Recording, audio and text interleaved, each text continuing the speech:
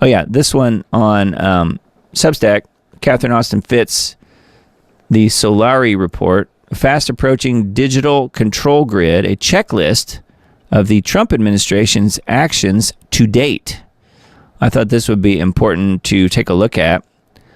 You guys know I've mentioned Catherine Austin Fitts quite a few times on this show. I really value her work and think she makes an awful lot of sense on everything she's talking about out there, and is very much in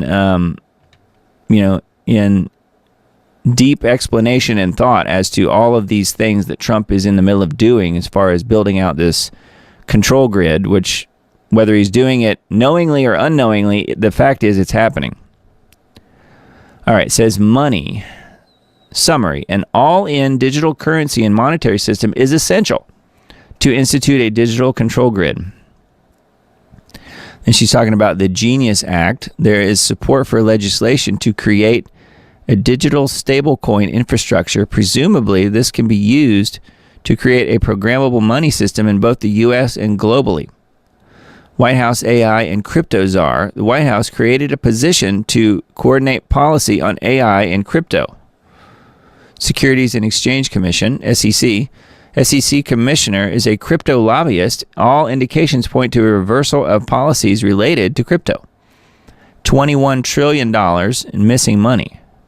There is $21 trillion in undocumentable adjustments at the Department of Housing and Urban Development and the Department of Defense. That's a total of $21 trillion in the U.S. federal government as of fiscal year 2015. To the best of our knowledge, the administration has made no mention of any effort to identify where that money went and to get it back. Then there's a website called Missing Money, missingmoney.solari.com. Debt-based currency, talking about banking, executive orders and actions strengthening U.S. leadership in digital financial technology. While banning CBDC on the one hand, the administration is aggressively working towards stablecoin adoption. So it's kind of like, you're publicly calling out one thing and saying no to it, but you're kind of doing something else behind people's backs a little bit.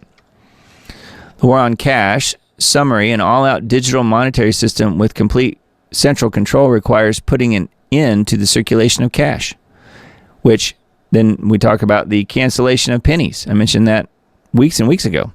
President Trump has directed the Treasury to stop minting new pennies. He did that when he was sitting in the chair watching the Super Bowl, because he said in a tweet or in a post that it literally costs 2 cents to create every penny. So we're stopping minting new pennies, and that is what we're talking about here. Executive orders and actions modernizing federal bank payments. This order requires all digital payments, no more checks and money orders. Now, I think that's talking about payments to the banks from the Fed, I think, is what they're talking about here. Not just you and I. Financial disclosure summary: secrecy in government finances and missing money past and present permit funding of the control grid and those who support it. Federal Accounting Standards Advisory Board. Financial disclosure. And then DOGE. She mentions DOGE here. As the DOGE team determines and implements large layoffs and changes in systems, there is a real question as to whether it is whiting out institutional memory and documentation. There appears to be no effort to find the $1 trillion missing from HUD, even as half of HUD employees are scheduled to be laid off. There have also been reports of layoffs in FOIA offices, including at FDA and the CDC. To what extent are the DOGE team's efficiency efforts being used to white out records about criminality, such as missing money or the poisoning of its citizenry?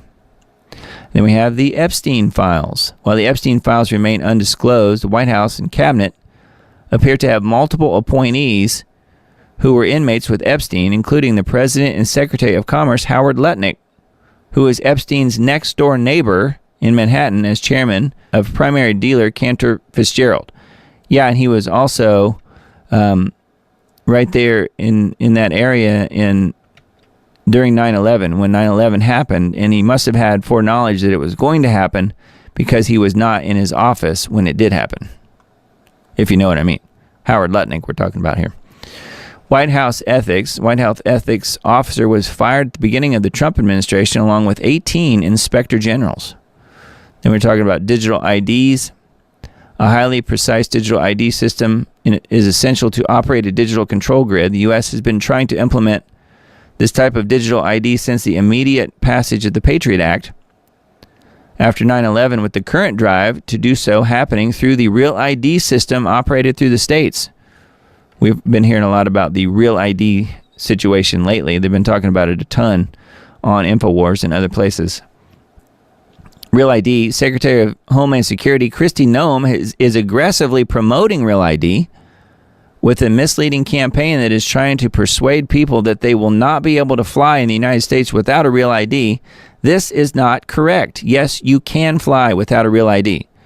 We've got a link here to the cchfreedom.org website, which is one of the people that I saw being interviewed by AJ on InfoWars just the other day. And yeah, it was an eye-opener to me because I assumed, wrongly so, that you cannot fly if you don't have a Real ID driver's license, of which I do not have. Many of you guys might not either. I don't know. But that doesn't mean run out and get one, because yes, you can fly without a Real ID, and here's how to do it. There's a link here to the PDF about that. Signs at airports and driver's license bureaus inaccurately maintain that starting May 7th, 2025, just in a couple weeks, an unconstitutional Real ID in the works since 2005 is required to fly. However, the Real ID Act only requires a federal ID. Among other federal IDs, a passport qualifies. So if you have a valid passport, that would work. A number of states have mandated Real ID driver's licenses, and many others make acquiring a non-Real ID difficult. Real ID regulations allow federal agencies to require Real ID for entry into federal buildings or take other agency-relevant actions involving Real ID. Many expect that biometric features will be added to the Real ID, and that Real ID may be used to institute a social credit score or system to limit or condition receipt of federal benefits on Real ID use. Yeah, that's the whole point. Even if Trump were not to do that necessarily, which he could, but even if he doesn't, the next administration could. And then TSA and biometrics. TSA continues to aggressively promote biometrics with travelers who fly to the U.S. Many do not know that they can opt out. Reports vary as to whether opting out is even still possible at some airports. And then ground travel biometrics.